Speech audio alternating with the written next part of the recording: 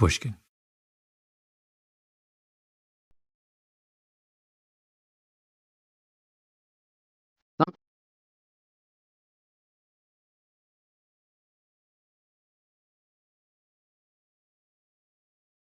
Robert Frost, one of the greatest American poets, reading Mending Wall.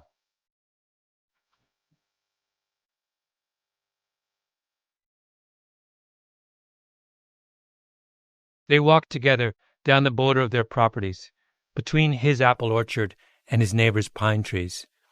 Every spring they have to mend the wall, hauling stones to fill the gaps.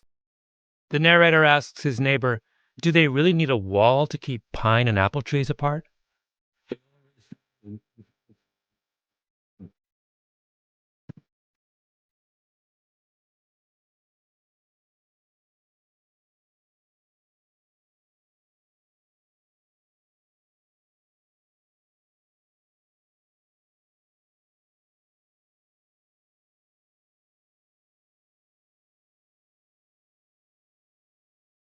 My name is Malcolm Gladwell. You're listening to Revisionist History, my podcast about things overlooked and misunderstood. This episode is about the most famous line from Mending Wall. Good fences make good neighbors. Written in 1914, as if it were yesterday.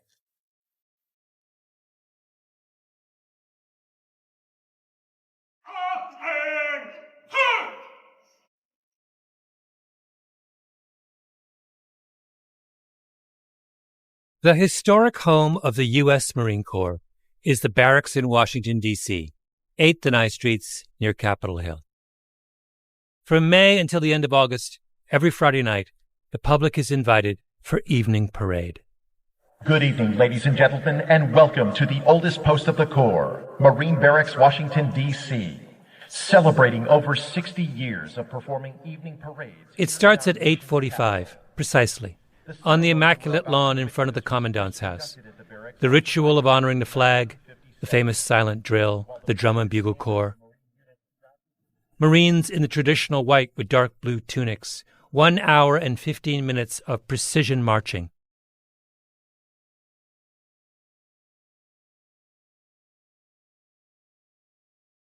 Evening parade was the creation of General Leonard Fielding Chapman, Jr., when he assumed the command of the Marine Barracks in 1957. Chapman believed Marine parades had become anglicized, too many theatrical flourishes, trick drills, frivolities like the Queen Anne's salute, the small hats the British favor, the heavy double-soled shoes with cleats. My policy was that we will be regulation, Chapman once said. We will be U.S. Marine Corps regulation. We will do everything in accordance with the Marine Corps regulations, and we'll do it perfectly.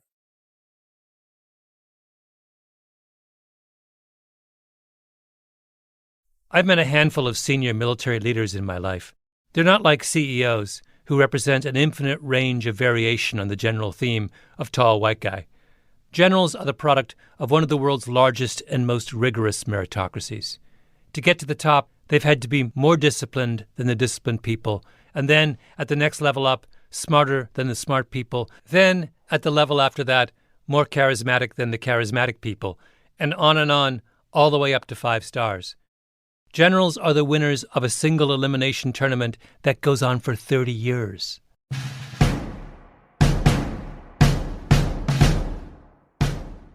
Chapman was appointed Commandant of the Marine Corps in 1967, served with distinction for 4 years during one of the most difficult periods in Marine Corps history. He was a Southerner who loved Lincoln, a voracious reader, an intellectual, the man who did as much as anyone to bring the Civil Rights Revolution to the Marine Corps. Chapman was once interviewed by a Marine Corps historian, and by the end of the recording, which runs for hours, you want to follow him into battle.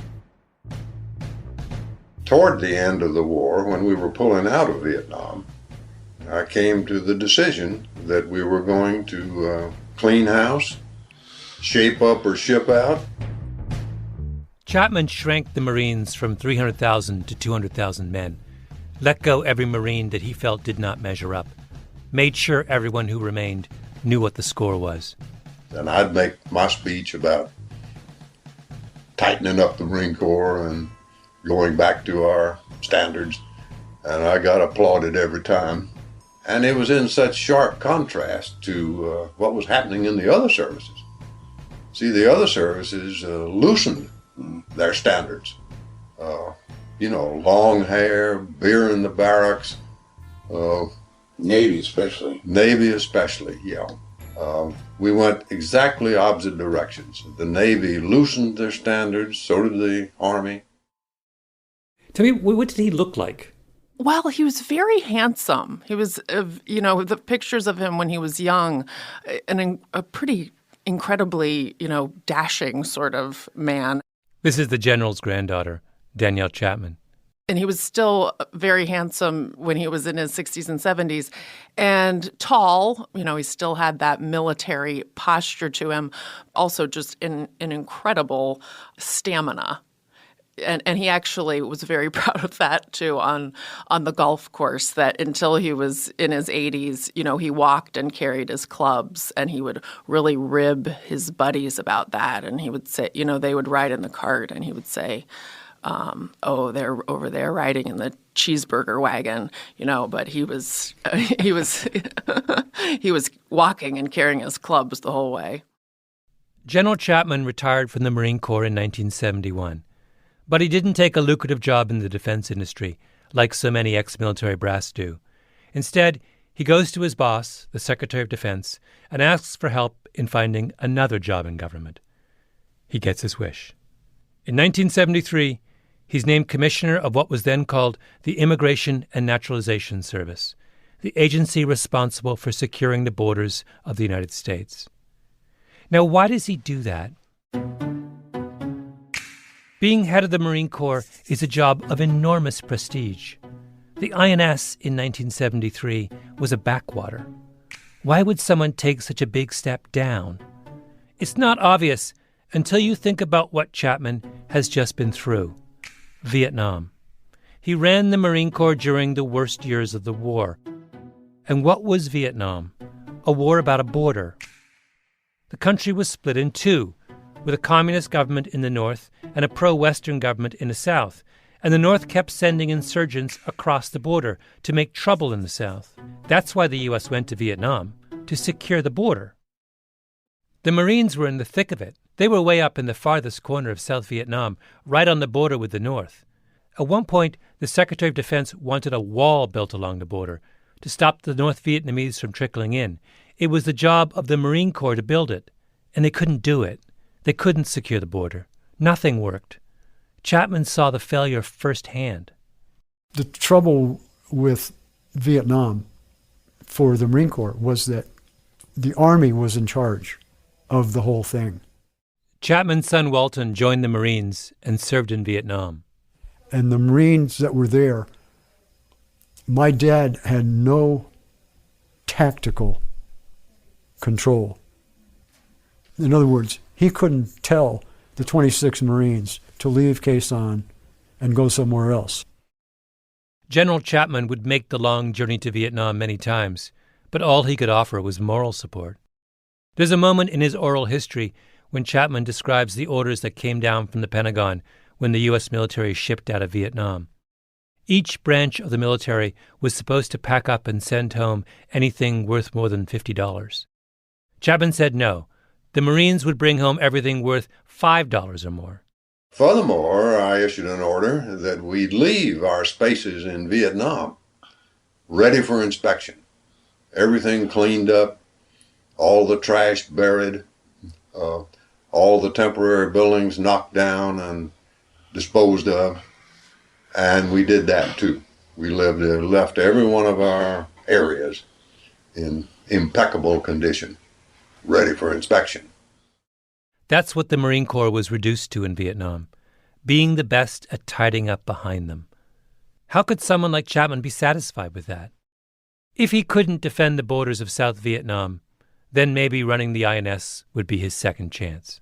He would have liked nothing better than to be able to say, yes, the border is secure, Mr. Secretary of the Interior. The border is now secure. In the 1970s, a young sociologist named Douglas Massey became interested in the subject of Mexican migration. It was then, as now, a matter of political significance. But Massey was struck by how little was actually known about the problem. Nobody really understood exactly where migrants were coming from, or exactly where they were going, or, for that matter, what they were doing once they got to the U.S. and what happened to the families they left behind. Sociologists are the great note-takers of the social sciences. They're used to projects that stretch out for years, that even consume entire careers. So Massey decided to be a good sociologist and study migration properly. He found a partner, a Mexican anthropologist named Jorge Durand, and the two of them began systematically interviewing families of migrants around Mexico. We pick communities. We pick 4 to 6 communities every year. We do a complete household roster and collect basic sociodemographic information on everybody in the household, plus detailed information on everybody's first and last trip to the United States and the total number of trips they've taken. The survey is called the Mexican Migration Project. After 30 years, it's massive. Millions of life years of information, case histories, extraordinary detail. It's the gold standard. This has got to be one of the world's biggest migration databases. It's certainly the biggest and most reliable on Mexico-U.S. migration. When the government wants to know what goes on, they don't go to the Border Patrol because their data are lousy. They come to the Mexican Migration Project. In all of your work with this project, was there anything you ran across that really surprised you?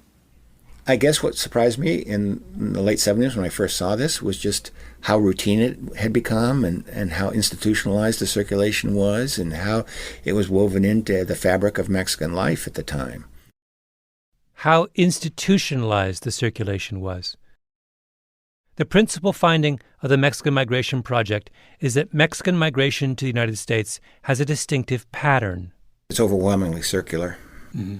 Now, what does circular mean exactly? It means they work seasonally in the United States and return home on an annual basis to be with their families. So these workers, are they leaving their families back in Mexico? Yes. Yeah. It's overwhelmingly male, young males, and the typical pattern is you go for several times to earn some money to help you back home. What made the back-and-forth circulation possible was the fact that for most of the 20th century, the border between Mexico and the United States was porous, more of a line on a map than an actual border. The Border Patrol was a tiny force in those years. There were no walls, no surveillance drones. If you got stopped, you got turned around and sent back home. Then you tried again. Our family is mainly a family that was born and raised in the border area. Carlos Morentes, a labor organizer and former migrant worker, talking about his childhood in the 1960s growing up in Juarez, Mexico.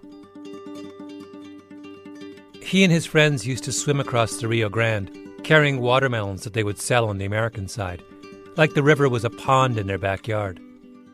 We did not have a sense that we were living in 2 different countries. To us, being children means that, that we were living in a big city with 2 neighborhoods, one south of the river, one north of the river. What Morentes is saying in economic terms is that the cost of crossing was effectively zero. It was free. And what happens when something is free? You use as much of it as you can. Usually they leave in February, March as the seasons start picking up, and then return in December for the holidays. And there's a big fiesta in migrant-sending towns. Massey's saying that Mexico was where family and roots were. It was cheap and close. America was where money could be made, easily and quickly. This is not the way, say, Jewish immigrants came to the United States in the 19th century. They didn't go back to Eastern Europe every summer. Nor did the Italians who came over in the same period. Entire villages moved en masse from southern Italy to the United States, permanently. The price of returning where they came from was not zero. Their homeland was not welcoming, and even if it were, the cost of crossing the ocean was so high that it could not be done routinely. But Mexican migration was different. Carlos Morentes remembers his grandfather telling him that he wanted to return to Mexico, to Zacatecas. So the attraction to go back to Mexico will be to go back to your real homeland, to the rural communities that you left behind, with families, with your history, with everything, all your identity.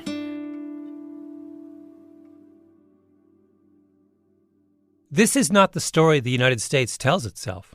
The inscription on the Statue of Liberty does not read, "Give me your tired, your poor, your huddled masses yearning to breathe free for 6 months until you make enough money to go home again." When we think of immigration, we think of the Jewish and the Italian model, permanence. Second thing, circular immigration is very hard to measure.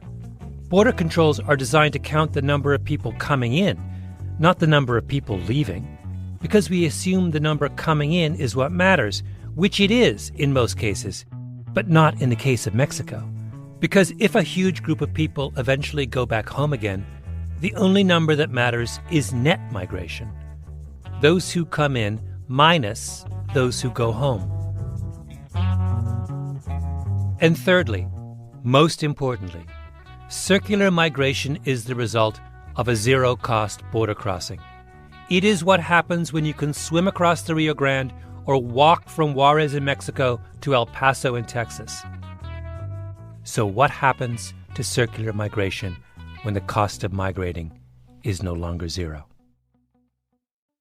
One of the things that General Leonard Chapman heard when he took over the INS was that his predecessor had never left Washington, D.C.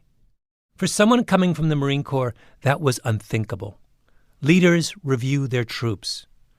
So Chapman set out to visit every INS field office, close to 400 of them, all over the world, some with no more than 2 or 3 people. And it took me 3 years to do it, but I did. I got to every single one of them at least once. So I spent a tremendous amount of time traveling, talking to my troops, for whom I built up a very high regard. Chapman modernized the agency. When it came to information management, he thought the INS was 30 years behind the Marine Corps. Chapman set up a public affairs office, the first in the agency's history. He became a familiar face on Capitol Hill. And the more he learned, the more alarmed he became. There was, as he put it, a general laxity in the enforcement of immigration laws. For goodness sake, kids were swimming across the Rio Grande, selling their watermelons and then going back home again. People were treating the border like it was just a line on a map. I mean, it's easy to envisage 25 million, 50 million, 75 million, 100 million illegal aliens. Yeah. Why not? There's no machinery to stop them. In 1973, when Chapman took over the INS, the cost of crossing the Mexican border was effectively zero. By the time he left in 1977, it was not. And so it begins. In 1986 comes the Immigration Reform and Control Act, which militarizes the border. Then Operation Blockade, which stiffens up the border crossing in El Paso. Operation Gatekeeper, which stiffens up the border crossing in San Diego. The budget of the Border Patrol between the mid-1980s and 2010 increases tenfold. And then today, where the Attorney General of the United States sometimes sounds like Commandant Jefferson Sessions. I have put in place a zero-tolerance policy for illegal entry on our southwest border. If you cross the border unlawfully, then we will prosecute you. It's that simple. The cost of crossing the border has been escalating for a generation. And it began with Leonard Chapman. We ran a Gallup poll right after I first got there that showed that only something like 15% of the American people had ever heard of the problem. when I left, 3 years later, we had another gallant poll, and over 85% had heard of it. In his years in office, Chapman made 250 speeches across the United States. This is at the same time that he's personally visiting every INS field office and overseeing the complete overhaul of the agency and making his argument over and again on Capitol Hill and giving hundreds of press interviews.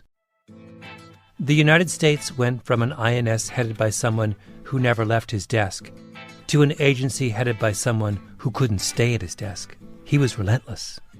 Waking America up. For telling America about a problem they didn't know they had. Americans didn't think they had an illegal immigration problem. Leonard Chapman convinced them that they did.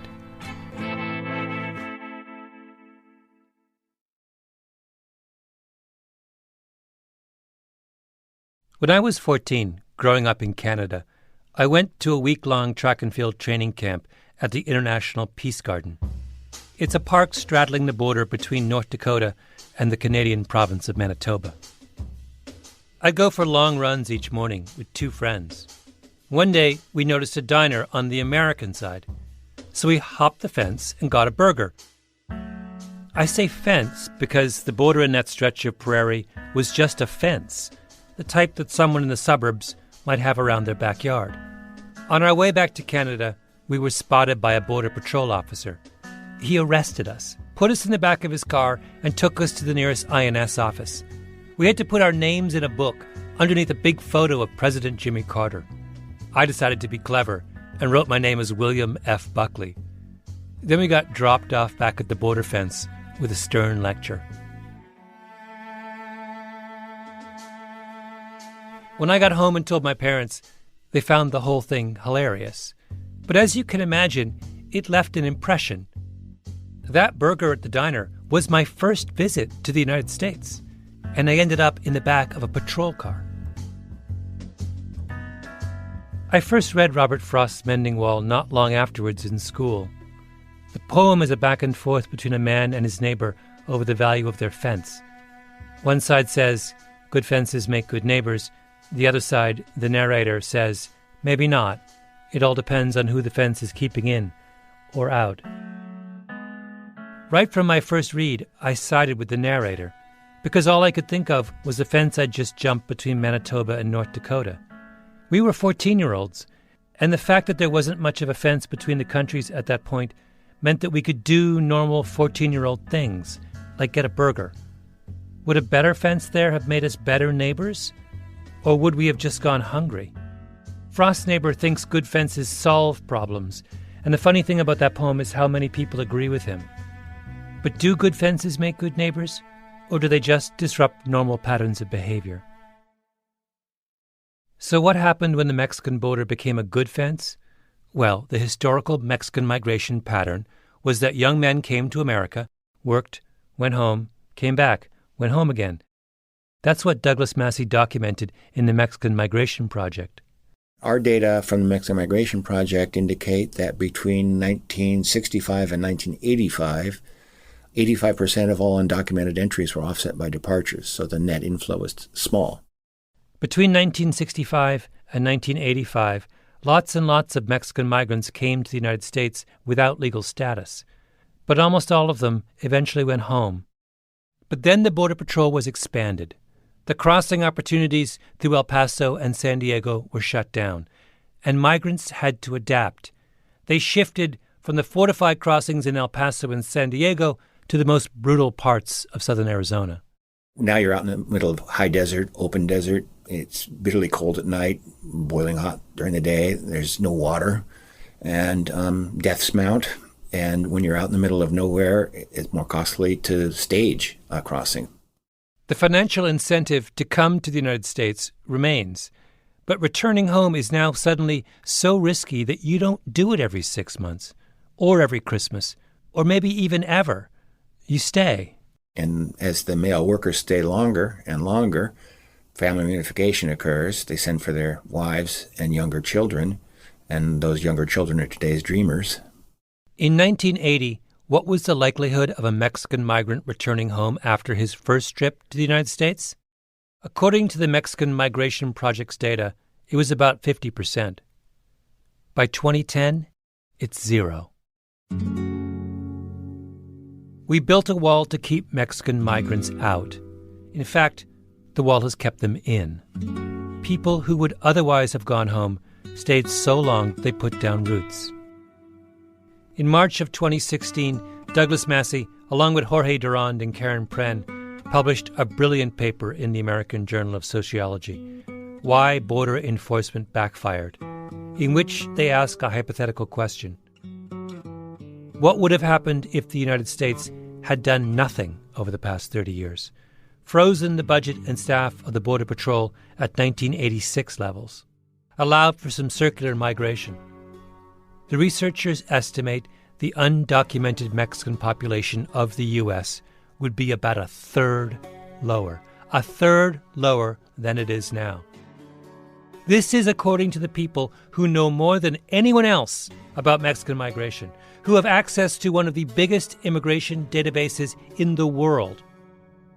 And what is their conclusion? That the attempt to solve the problem of illegal Mexican migrants is what has caused the problem of illegal Mexican migrants. You can just hear the frustration in Douglas Massey's voice. For me, I've been watching this train wreck in real time for the past 2 decades, really. And I kept trying to tell people that, when it comes to border enforcement, less is more. And if you militarize the border, you're going to produce a larger undocumented population. I said this before the House Judiciary Committee, the Senate Judiciary Committee, Subcommittee on Immigration. And what happens after Massey testifies? The same thing happens every time. Nothing. And then the ranking minority member, who's Representative King from Texas, gets up and basically says, take your lying data and go home, because we know what the truth is. We're being invaded and we've got to stop this. Massey says we need to do the exact opposite of what we're doing now. When we raised the cost of crossing the border, that shut down circulation. If you want to restore circulation, then you should make the border easier to cross. Reduce the size of the Border Patrol, don't increase it. Make it easier for migrants to get legal status, not harder. If you wanted to lower the number of Mexicans living in the United States, give them green cards, and a lot of them would go home. The U.S. is not that nice a place for for Mexicans these days. But they have families here. They got U.S.-born kids. And if they know they can come back, they'll go home. If we had kept things the way they were in the early 1970s, the same badly run Border Patrol, the same ineffectual leadership, the same indifferent public, we wouldn't be tearing our hair out over immigration. If there was ever a place for bad government, it was on the southern U.S. border. But what did we get? We got the one guy who couldn't do bad government, the man haunted by his country's failure to build a wall in Vietnam. I think you came out with a comment about all Marines are green, type of thing. There's a fascinating moment in General Chapman's oral history. His interviewer asks about racial troubles that rocked the Marine Corps in the late 60s. The civil rights movement was at its apex. There was a near-race riot at Camp Lejeune, fistfights among soldiers in Vietnam. Black Marines wanted to be treated with the same consideration as white Marines. Chapman's response? Maybe his most memorable pronouncement. All Marines are green. Not black, not white. The color of the uniform is what matters. Backed up by a directive on racial discrimination sent to every officer under his command. He even made a Solomonic ruling on the prohibition against black soldiers wearing their hair in an afro. Hair, he said, was hair. The concern of the Marine Corps was not with its form, only with its length. What it said was that within those limits, a Marine can style his hair any way he wants to. Yeah. That's what it said. So that if a black Marine wanted to have an afro that was no more than 3 inches long and was neat and trim around the side, fine. Why not? Yeah.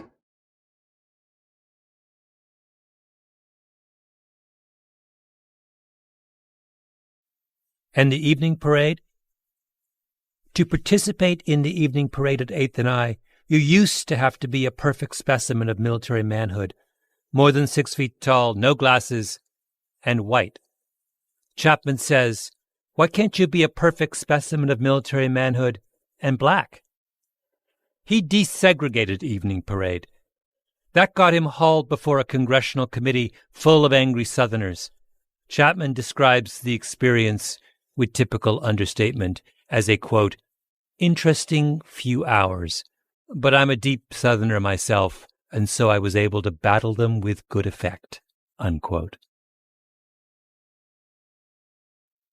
I'm curious, if he were here today, what would he make of the way we talk about immigration, the way that debate has changed? I'm not sure what he would say. This is Chapman's granddaughter, Danielle, again. He really disliked complaining. And, he would always say, if anybody was, well, okay, what are you going to do about it? He was incredibly pragmatic. So I think that he would probably view a lot of the current conversation as just a bunch of noise without a solution. So what was his solution then? General Chapman did what came naturally. He enforced the law. He drew the line. He made a complicated issue clear. He didn't like the idea of, mass illegal immigration. But at the same time, his views had none of the tone that the immigration debate has now. He just didn't think of it in racial or ethnic terms. I never heard him talk about it like that or attach the kind of emotions that you hear people attaching to it in the current debate. General Chapman traveled to every corner of the United States and stood up in that deliberate, ramrod-straight Marine Corps way and told the American people plainly and clearly what needed to be done. Can I fault him? I can't. I wish there were more people like Leonard Chapman, especially these days. It's just that in some cases, complicated things are best left unclear. And we're better off letting whatever it is that doesn't love a wall run its course. Something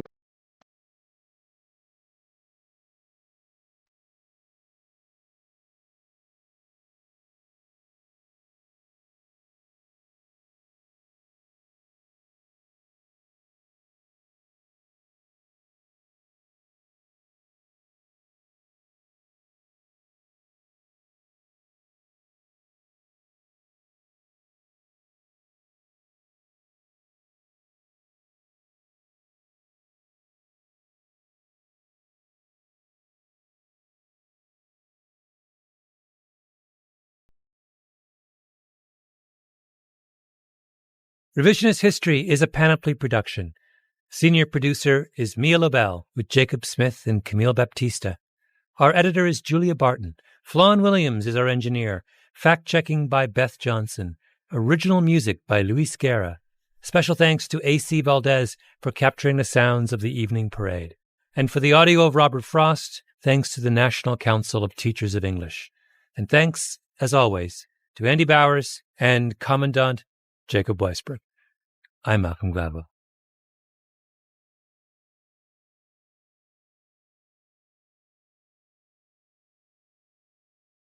I think the only time I can remember him really getting angry with me was when I kind of blasphemed the Constitution, and I don't know why I would do that, except I was a teenager.